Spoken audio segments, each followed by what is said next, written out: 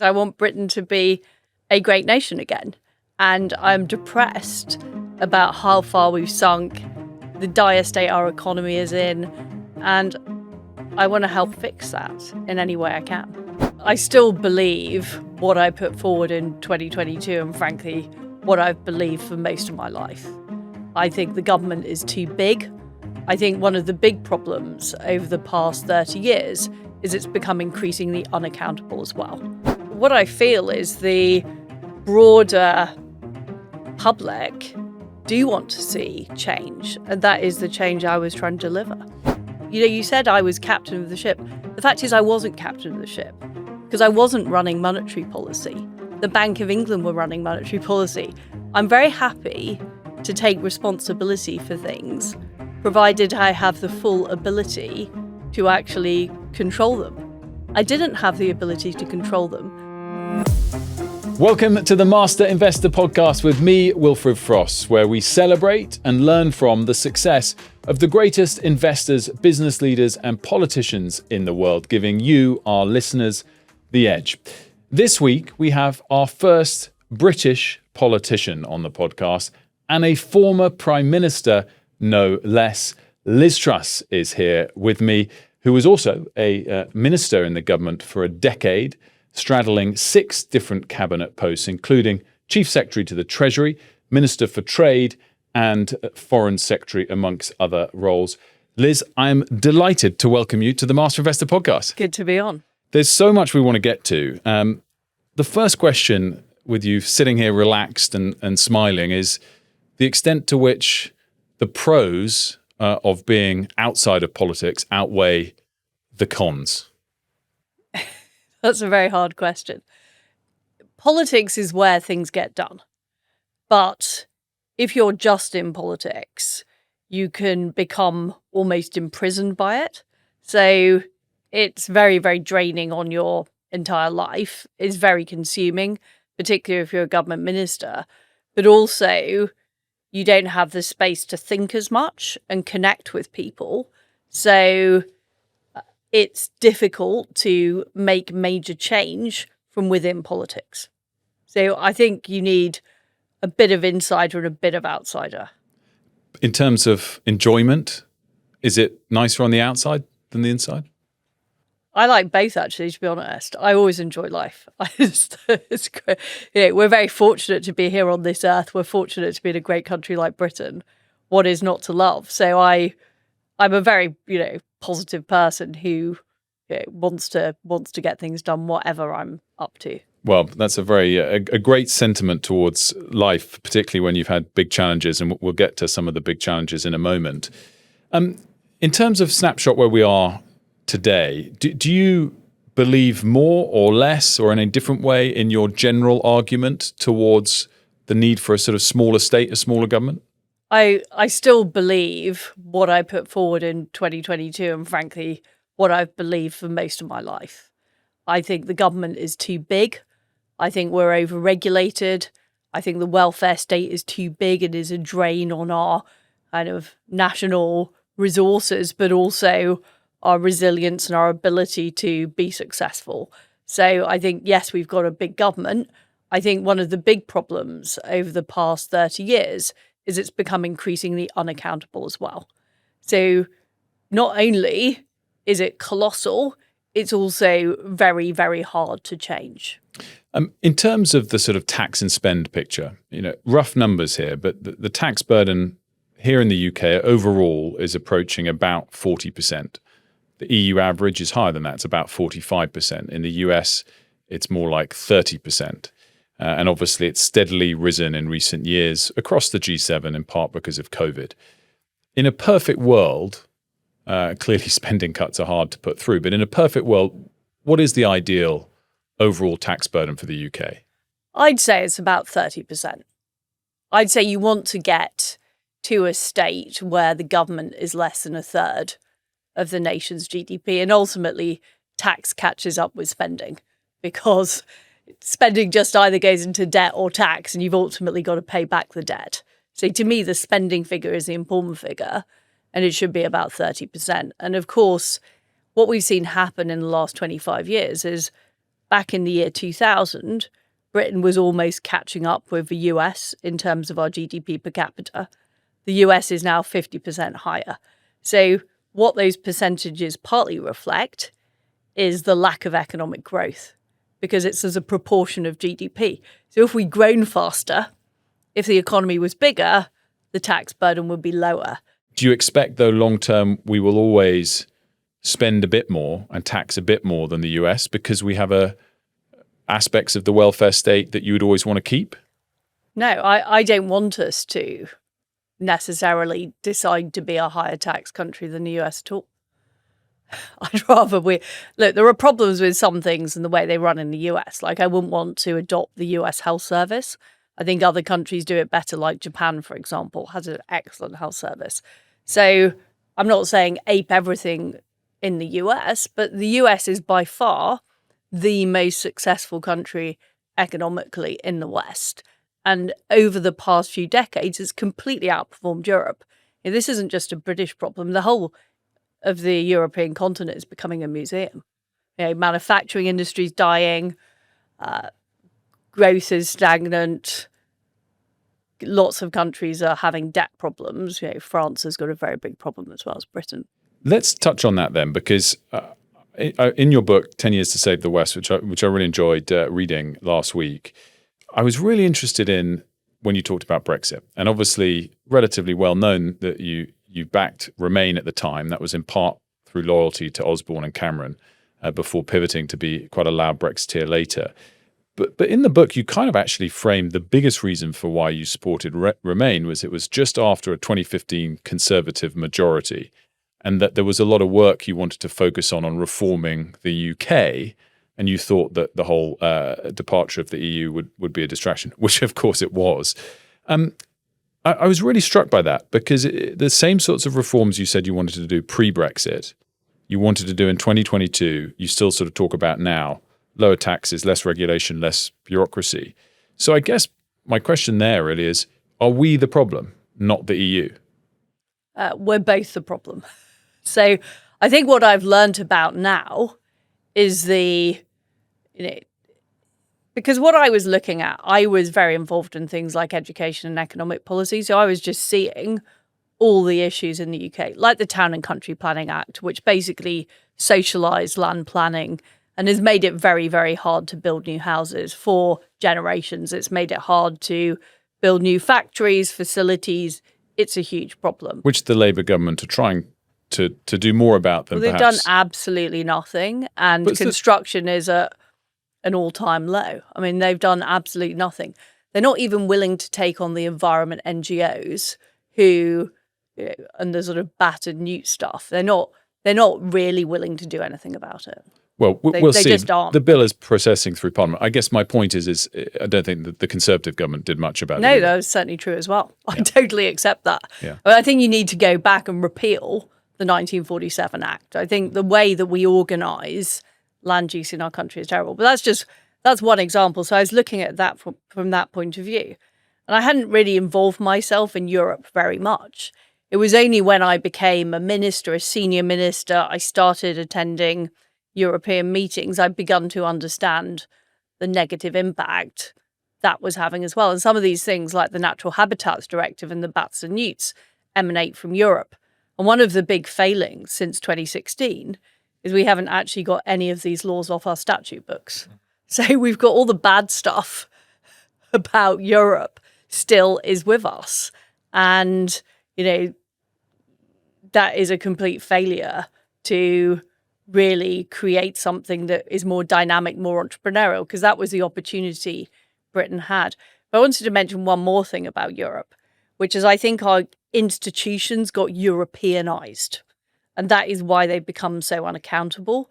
So the idea of making the Bank of England independent, in my language unaccountable, was started in the Maastricht Treaty, which was actually signed by the John Major government. But then it was put into practice by Gordon Brown. The idea of a separation of powers, which has never been part of the British Constitution, again, that was an idea that was promulgated through the European Union and led to Blair inventing a Supreme Court which has made the judiciary unaccountable. So what we actually saw is the Europeanization of our bureaucracy, which was never great in the first place. I'm a massive critic of the British bureaucracy, has made it even worse. We'll definitely get into the Bank of England in a little bit. I guess just to round this part off, something again that comes up in your book a lot is, do you think cabinet ministers lack expertise to get things done? Do they lack the authority? Do they lack, at one point, you talk about funding? Do they need more money, not so much as a salary, but as a kind of ability to hire people? I think they lack authority, and I think they lack freedom to do things.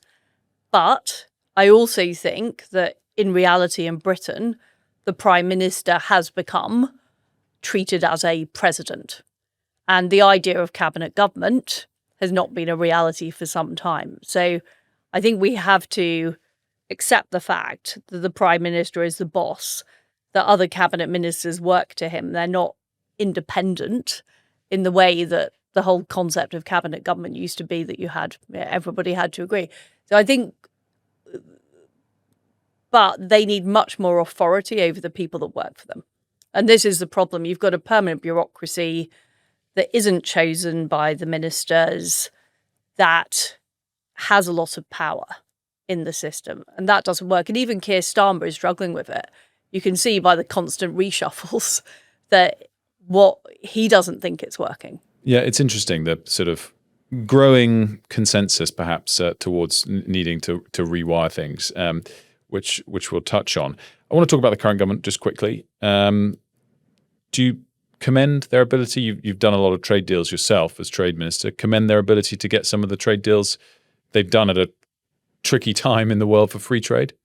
Well, I do support the trade deal that Keir Starmer has done with Trump. And having been trade secretary for Trump's first term and dealing with the Trump administration over the tariffs they put on whiskey, I know it's tough getting a deal. So I do commend the Labour Party for that. I think they did a good job on the US trade deal.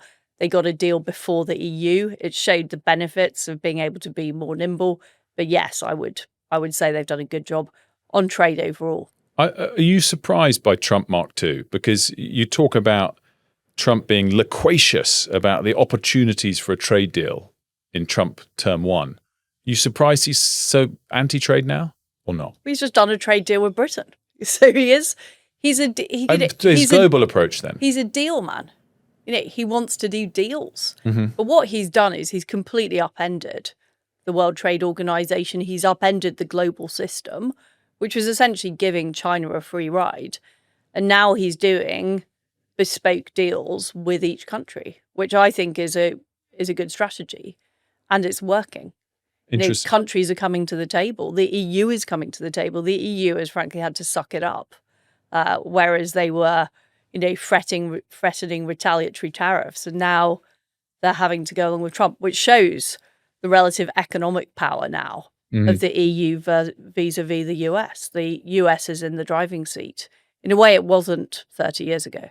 Let's touch on the Chancellor, Rachel Reeves, who I imagine you're not a massive, correct me if I'm wrong, fan of DEI and initiatives like that. Correct. But that's an understatement. Yeah, but is politics harder for a woman? It's very hard. And I always answer this question by saying, I've never been a man. So I don't know. I mean, how do I know? I think there are all kinds of factors, where you're from, your background that affect the way people behave towards you, whether you're a sort of creature of the establishment or somebody who is, rebellious toward it. All of these things have a bearing on how people treat and deal with you. And it's very hard to think, well, somebody acted like this because I'm a woman, or they acted like this because, I'm not from a public school, whatever. You just can't tell. And I think if you spend your life thinking about that stuff, you're going to go mad. Do you have sympathy for the... No, none at all. Really? I mean, No. What about when you see her in tears? No sympathy? Well, look, these are people who bought into everything the economic establishment said. Reeves herself worked at the Bank of England. Keir Starmer was part of the establishment as well, working for the CPS. They know what happened in 2022, and politically they sought to blame me, even though the Bank of England has subsequently said 2/3 of the spike in the market was down to their failures to regulate pension funds. They've used it relentlessly politically against me. They've repudiated all the ideas I put forward, like keeping taxes low, getting on with fracking, doing necessary deregulation. And now, gilt yields are higher than they were when I was in office. The economy is in a much worse state. Debt has risen. And I just see Reeves and Starmer as part of the sort of economic orthodoxy that has ruined this country. And we are heading for a calamity because of that. And so I'm not quite sure why I should feel any sympathy. I feel angry that I was prevented from pursuing policies that would have been much better for this country and would have left us in a much better position now. I can understand the lack of sympathy given what you've personally been through. I mean, just again, I was going to come to this at the end, but kind of going back to where I started, you've been criticised by the government and Labour. That perhaps isn't a surprise, but also by many in your own party, many in the Reform Party and other political persuasions. I mean, it must have been incredibly tough. It must be isolating. Well, there are people who out there agree with what I tried to do. And I do get a lot of people coming up to me and saying, you were right, I supported you. So it's not like I've got nobody on my side, but it's definitely true that the establishment did not support my policies. And the establishment exists in the Labour Party, it exists in the Conservative Party, and it exists in the institutions. And I think this is why the Conservative Party got such a massive drubbing at the 2024 election. It's also why Keir Starmer is very, very unpopular, because people are fed up with it. So what I feel is the broader public do want to see change, and that is the change I was trying to deliver. Let's talk about the Conservative Party, because in the book you talk about the need for a bigger conservative bazooka with a small c. Is that reform? Well, what I'm talking about in talking about a conservative bazooka is the institutions in Britain need to change. The head of the Office of Budget Responsibility, who is appointed by Rishi Sunak, is ex-Resolution Foundation, the same place that Torsten Bell came from. You've got the former Deputy Governor of the Bank of England now working for Keir Starmer. There's an interchangeable group of people who have a particular worldview, who aren't just in politics, they're also in charge of our institutions. So I would argue that much of the Conservative government from 2010 to 2024 was effectively more Blairism. And now we're in the sort of final days of Blairism, where Blairism has run out of money. But the Conservative Party's big failing was not seeing what Blair had done to the constitution, to the economy, and really seriously trying to change that. Instead, people wanted to be the heir to Blair. And obviously, your party did have power for a long period of time, even if you didn't personally. What's the point of power if you allow the country to drift to the left? I didn't want to get elected as a Conservative MP to be a Labour Party Blairite stooge. I'm afraid too many of my colleagues did. That's the bottom line. No, I get that. I guess that's the point in terms of the Labour v Conservative point. And obviously there was decent growth during those Blair years as well, which is a point.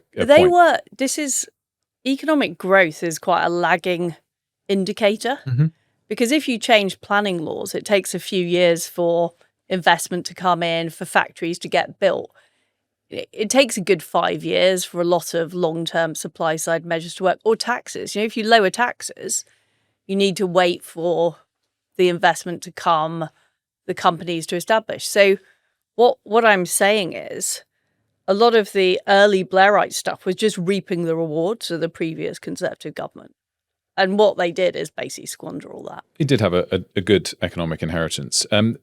Just to round it off on Conservatives and reform, you said in the past you would have wanted Nigel Farage to join the Tories. Would you now want to join reform? Well, what I am absolutely concerned to make happen is that the British state itself needs to change. It doesn't matter who's in number 10 if the same people are still in charge of the Treasury, the Office of Budget Responsibility, the Bank of England, the Supreme Court. It doesn't matter. So I am very focused on how do we actually change Britain from the ground up. And I want political parties to adopt that. I guess, do you think Nigel Farage is more likely to deliver that than Kemi Badenoch for the country?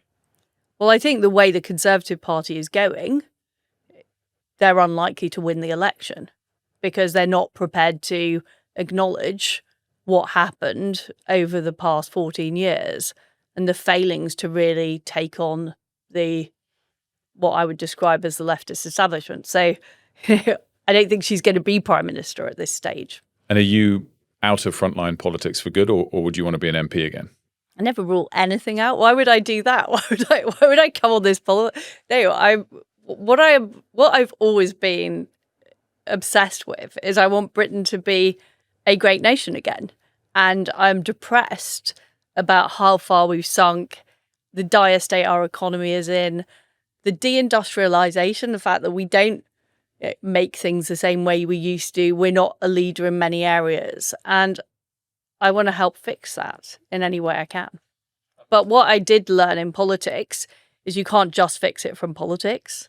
And we've got a huge problem with the media. The mainstream media is, I think, suppresses stories, doesn't focus on the truth. I think we've lost a lot of journalistic capability. I mean, only I think it was yesterday the FT admitted in the case of the Bank of England and the LDIs that they could have avoided the crisis in 2022. It's taken the FT 3 years to acknowledge that.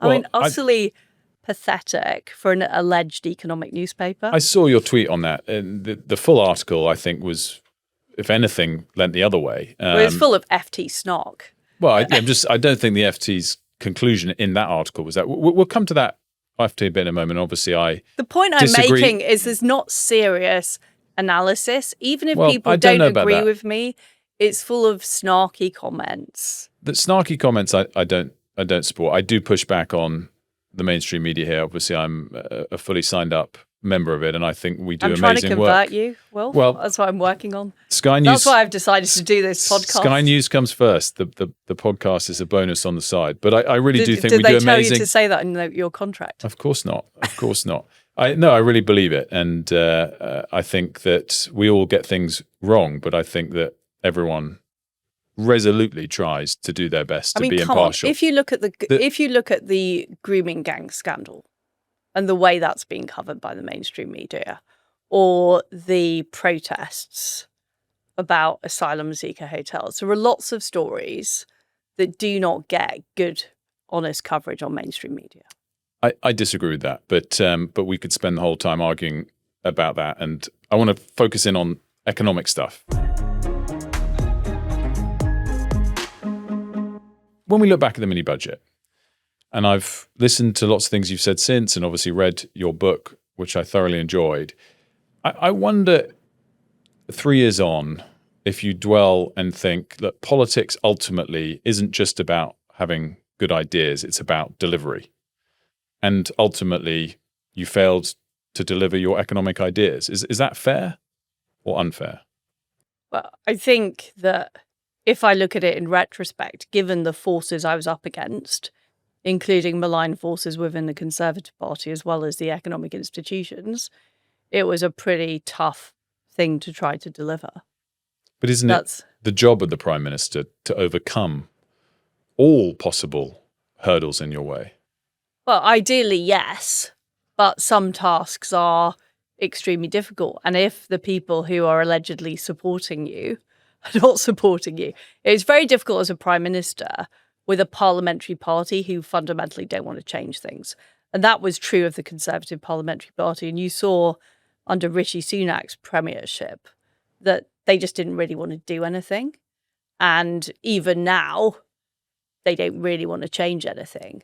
So you might ask the question, why did I bother running for the leadership, knowing that I wouldn't have the support of those people? But I thought it was worth it because I was so concerned about the future of Britain and wanted to try and do things. And I did not understand even though I understood that the Bank of England had a particular worldview and the ABR had a particular worldview, I didn't realise how brutally they would brief against me, smear me, contact their mates in the Financial Times and the financial press.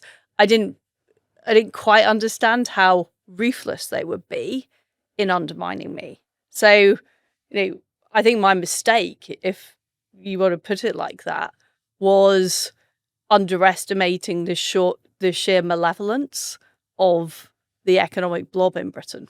But you see, you can argue all day long, and some would agree with you, some wouldn't, about there being a bureaucracy or the civil service or this institution maybe didn't agree with your ideas. But with the greatest respect, Liz, I don't think you can argue against the market. The market is made up of millions of participants who judge what is put in front of them. And they saw your mini budget and they said, we're worried about this. We're not sure the country can afford this. Let's look at what happened. The night before the mini budget, the Bank of England announced the sale of £40 billion worth of gilts, which is hardly sending a positive signal. Then,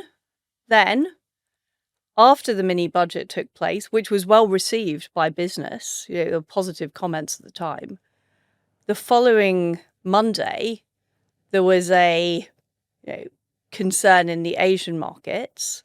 And what happened was, and I didn't know about it beforehand, they were concerned about these LDIs. This was these liability-driven investments that pension funds had invested in, which was essentially betting on interest rates being low forever. And we all knew that they weren't going to be low forever and they were going to go up. So essentially, the Bank of England's role is financial stability. They had failed to properly ensure financial stability. They'd allowed these pension funds, they'd allowed this liability to develop. And they themselves admit, and there's a report they produced in 2024, that 2/3 of those market movements were about the LDIs. So it's just not true. And this is very, very frustrating that the narrative that was pushed by Treasury officials, by the Bank of England, who are very influential with the City of London, they're very influential with the banks. The Bank of England pay the banks interest on their deposits. This is not some unconnected people. These are people with huge amounts of influence, huge amounts of briefing power on the press. And they decided to put all the blame on me. That was not true. It wasn't right. And there was a massive lack of analysis by the British mainstream media. And in fact, the Wall Street Journal have produced a documentary on the subject. They produced a number of articles which say exactly this. And I find the American media, maybe because they're one step removed, is much better at being objective than the British media. There's quite a lot to unpack in there. And look, I've read the report the Bank of England has done. You're referring, I think, to the Bank of England staff working paper number 1089, released in July 2024. And it's as boring as the title makes out. I think it was actually earlier in 2024 than that. I think that was the summary report when it fully came out. It was drafted in May. Either way, it does say that 2/3 of the market move was down to forced selling linked to pension funds holding LDI, liability-driven investments. But it doesn't absolve you from having triggered that move. And it's quite clear on that point. Forgive me just for 1 second, just to expand on this a second, Liz, because you say you weren't aware of the LDI problem that had built up.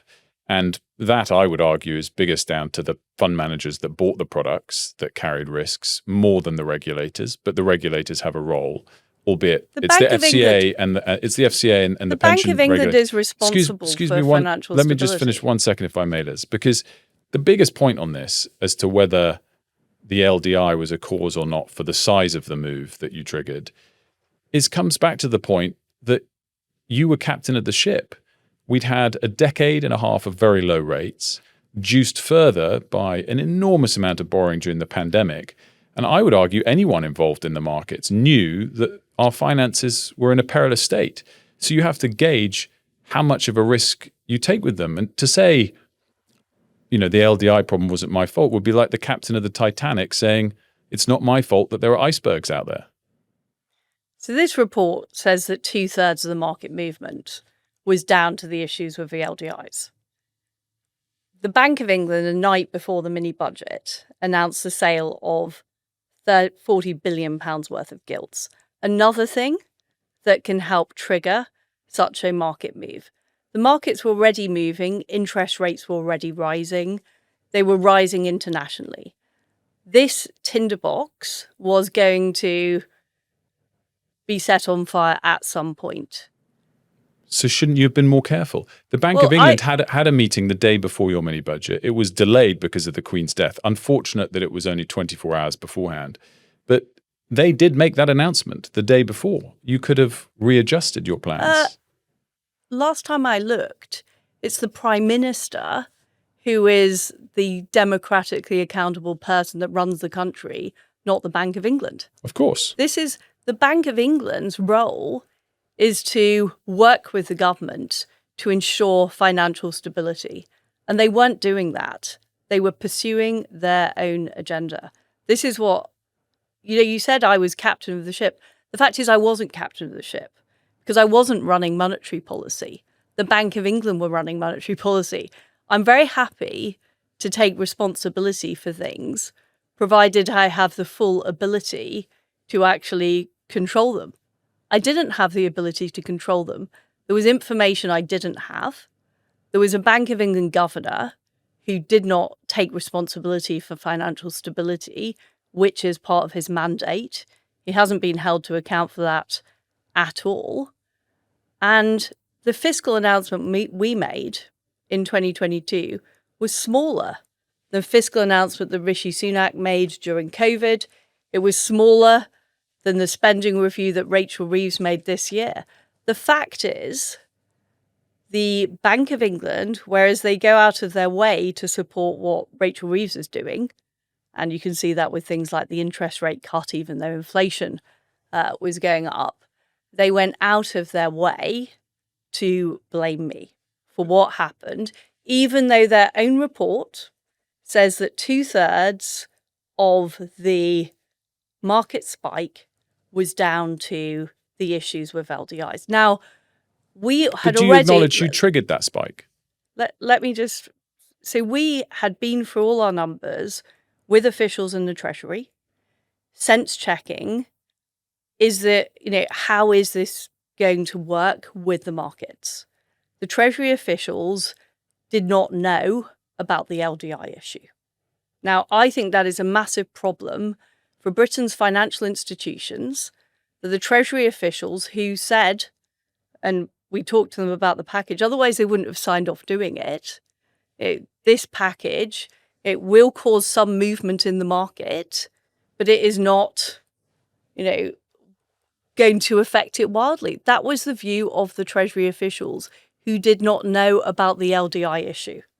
Well, This was not some crazy package. As I've said, it was smaller than Rishi Sunak's fiscal package. It was smaller than Rachel Reeves'. Well, of course it was smaller than... And it was going to generate economic growth. And we've seen the counterfactual, which is when the taxes were put up, what it did was drive business away from the UK, drove rich people away from the UK, has damaged our economic growth. So I've been proven right by the counterfactual. But at the time, the Treasury officials whose job it is to look at these packages did not say, no, there's this problem because of LDI fragility, it could send everything haywire. Nobody told us. But I'm not sure why. But again, you've been saying the authority should be in the elected leaders, not in civil servants. It's not at the moment. But surely you take if someone gives you the wrong advice, you still make the final decision. As you said. But I did not make the final decision to announce the sale of £30 billion worth of gilts. I didn't make Wilf, I didn't make the final decision to announce a cliff edge of 2 weeks on sorting out the LDI issue. I had no say over that. And the level of scrutiny that politicians get is immense. The level of scrutiny that Andrew Bailey has got over those decisions is zero. Absolutely zero. He obviously he goes quarterly in front of Parliament, but he obviously, I accept, has a long term and is unelected. But that is a sort of another debate whether the Bank of England mandate should change or not. But again, I just come back to this point though, because I do think it's a very important one as to what was triggered or not. Even if you say you only caused 2/3 of the market move. Sorry, the LDIs were 2/3 of the market move. Even if you say it's only 1/3, you're still talking about a 0.5% move in borrowing costs in 6 days. That's an extraordinary market move. The LDIs were 2/3. 1/3 would be that much. The LDIs were 2/3, but we don't know how much the announcement of the sale of gilts were, or how much contributory factor the fact that the Bank of England didn't raise interest rates as much as the Fed. The point is the majority of this was the LDI issue that was the Bank of England's responsibility. Any package announced, which is a fiscally loosening package, which this was, is going to have some impact. The point is, I did not understand or know about the knock-on effect that would have. Of course, we knew that it could, in the short term, raise bond yields a bit, but we were showing and demonstrating the positive impact of having lower taxes, of making the changes we were going to be making to spending, of fracking, but the chain reaction was a result of the LDIs. And this has been acknowledged. I mean, as I said, even the Financial Times yesterday said, if the Bank of England had actually done what they're meant to do, which is ensure financial stability, and dealt with this LDI exposure, the doom loop probably wouldn't have happened. That's the Financial Times, which is not my biggest fan. That was one paragraph in a long article in the FT. I don't think that sums up the gist of the whole article. But I mean, by the way, Wilf, I don't think we've just got a problem with the Bank of England and the Treasury. We have a problem with our overall economic reporting in this country, with the positions taken by papers like the Times, the Financial Times. They are all part of the problem, and it's why this country is in an economic doom loop. And it's, as I've said, very different from the attitude taken by papers like the Wall Street Journal in the US. I think it is a British problem. I think there has been a Keynesian takeover, not just of Britain's financial institutions, but also our media. But we, again, and they love public spending and they hate tax cuts. Wholeheartedly for the media. And, again, you could say it's politicians' role to convince us of the arguments, or the civil service of the arguments. Can I just dwell on this quickly? Journalists were meant to have the independent ability to analyse things, but they seem to have given up on that. As politicians are, despite what advice might reach you from the Treasury. I just want to dwell on one final point on this, because I am really interested if you stick to this point overall, which is, do you look back and think we should have done? Because, all summer you talked about a lot of the supply side reforms leading up to 2022. The fracking, childcare reform, welfare reform, other supply side reforms that would have allowed you to cut spending a lot, I guess, to offset the cuts in tax that you announced.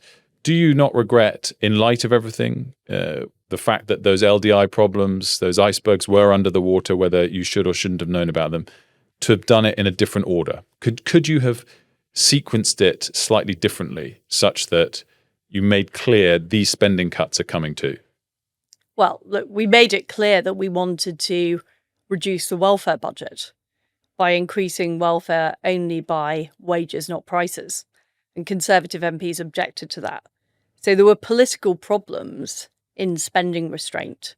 There were political problems, frankly, with fracking, which many Conservative MPs also didn't want to vote for. So there was an issue in implementing some of the supply side policies because of the Conservative Parliamentary Party. But on the timing issue... But aren't you therefore just announcing that the market was right to look at it and say, actually, these tax cuts aren't going to be followed by spending cuts? Because you're admitting you wouldn't have got it through in that parliament. I'm saying it would have been very difficult, the welfare changes. And by the way, that's kind of what's just happened now. The Labour now. have found exactly the same thing. But do you not acknowledge, therefore, that the market reaction was somewhat legitimate? I want to make another point, which is related to this, which is the tax cuts were good in themselves. The biggest tax change was not raising corporation tax from 19 to 25%. Now, I believe over a 5-year time horizon, having corporation tax at 19% would have raised more money than having tax at 25%. So regardless of the spending cuts, which I accept were difficult to get through, and things like the supply side reforms, which are also difficult because MPs don't like voting for difficult stuff, even on its own merits, the tax, not raising taxes was the right thing to do. And we've had the counterfactual of raising taxes and the debt still going up. So we have had the implementation of the Treasury, Bank of England, OBR agenda in full, and we are now facing higher gilt rates than in 2022. We're facing an existential crisis for the British economy.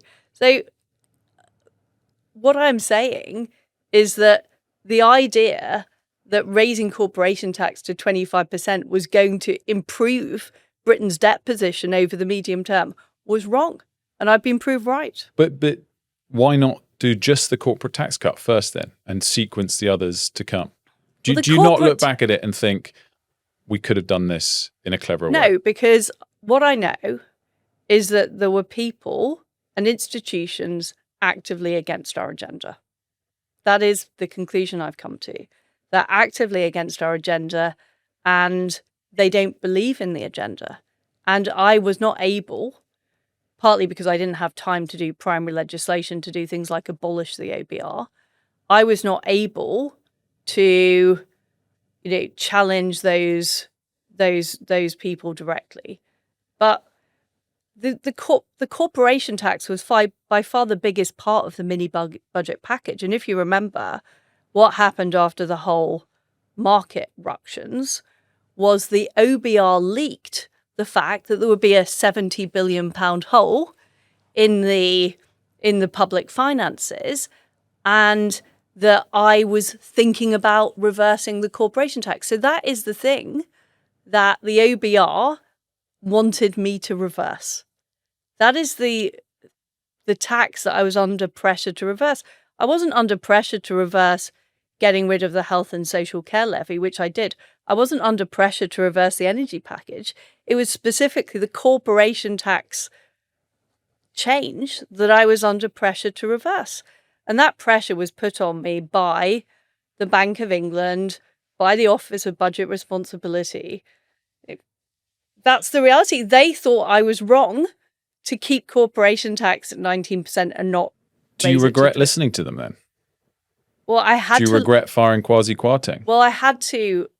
Essentially, I received a letter from the Cabinet Secretary saying there would be a meltdown if I didn't agree to this. And unfortunately, due to the way that the Bank of England had already and the institutions already been blaming me, smearing me, I thought that was a real threat. And I couldn't take that risk. I'm not going to play chicken with the nation's finances. I wasn't going to do that. So I had to accept that.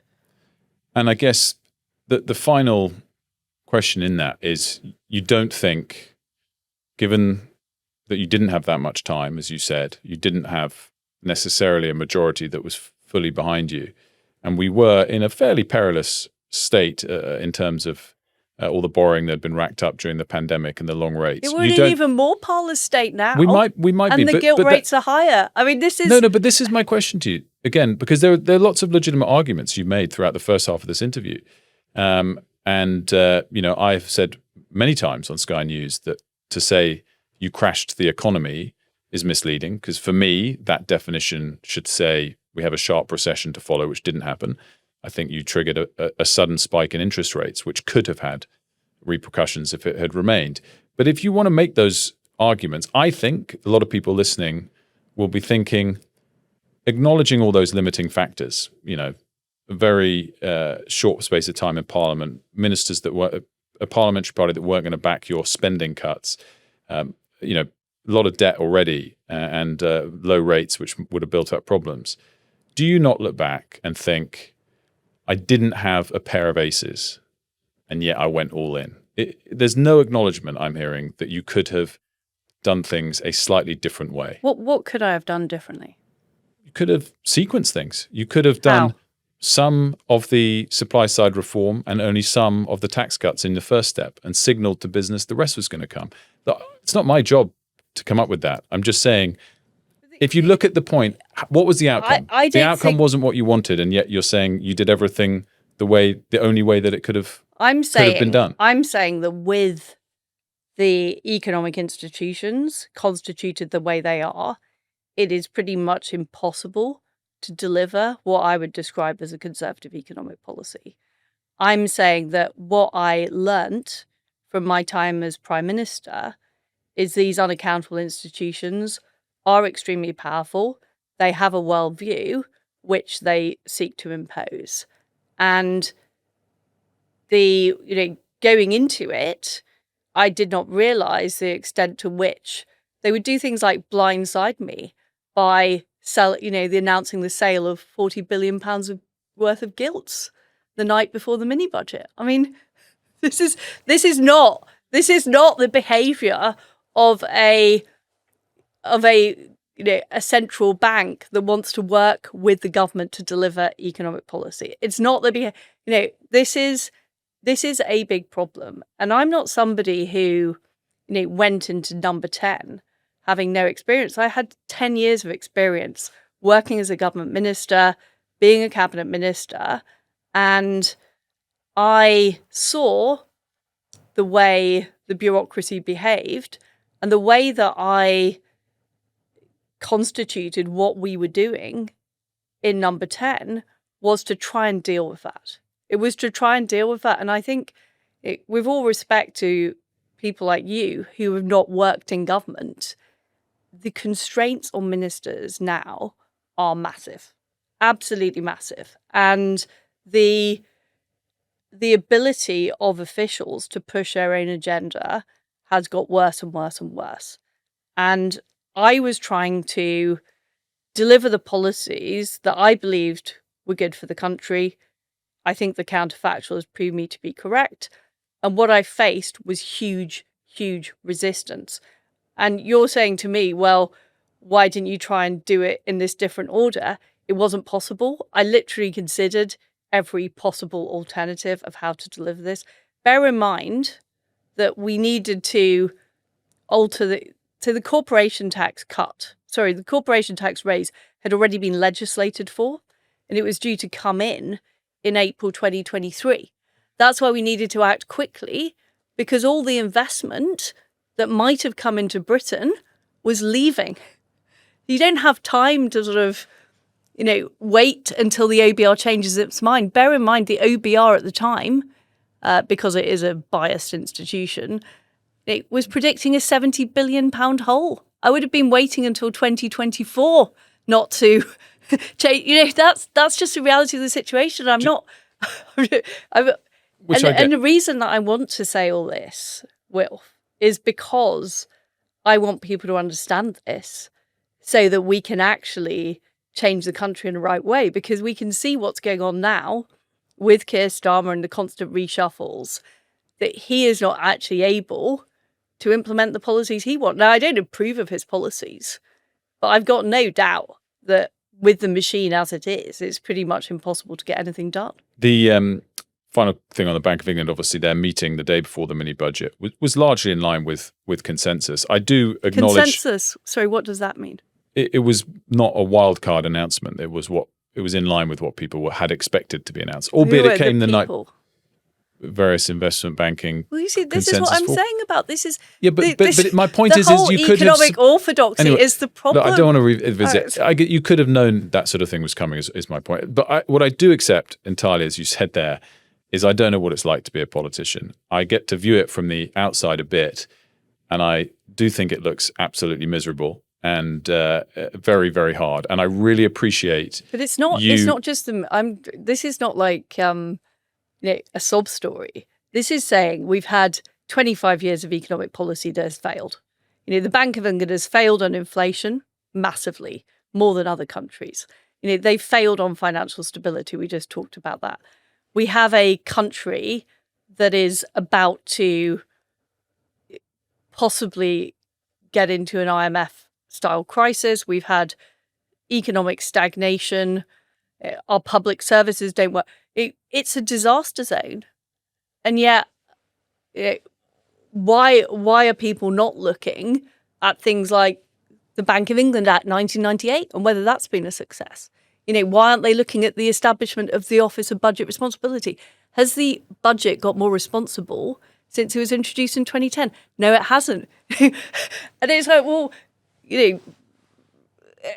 I am the person who has said all this about these institutions, about their failure for a very long time.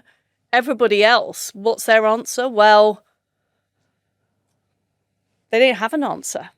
Well, I was going to say, we do really appreciate you coming on, because I know it's not always easy when you're in the job or after the job, and you're sharing your time with us and your candor is much appreciated. And my final question to you, Liz, and as I said beforehand, half our listeners are overseas for this podcast. Are you still a believer in Britain long term? Yes. Sell it to our listeners overseas. Well, Britain is the home of freedom, parliamentary democracy, free enterprise. Adam Smith, all these great ideas came from Britain. The Industrial Revolution. There's no doubt we've lost our way. But I think what is happening now in Britain is the people are now realizing how bad the situation is. And I think there is going to be massive pressure. There is going to be massive pressure for institutional change in this country. And that is what we need, in a similar way to Trump delivering the revolution in the US. That is what we need. And I think that will happen. And what I want to encourage is anybody who supports that to help us achieve those changes in Britain. But it is going to take the blowing away of quite a lot of the existing orthodoxy. I noticed you didn't list John Maynard Keynes as one of the Great Britons. No, he rather let the side down. Well, either way, Liz, thank you so much for your time. Thank you. We really appreciate it here on the Master Investor podcast. And remember that next week on the podcast, we'll be talking to the former Facebook number 2 and UK number 2, Sir Nick Clegg. The Master Investor podcast is produced by Paradine Productions and Master Investor Podcast Limited in association with Birdlime Media. If you've enjoyed the podcast, please do subscribe on YouTube or click follow on your podcast platform, and then you'll be automatically notified each time a new episode drops. And we'll see you next week. Liz Truss, thank you again so much. Thank you.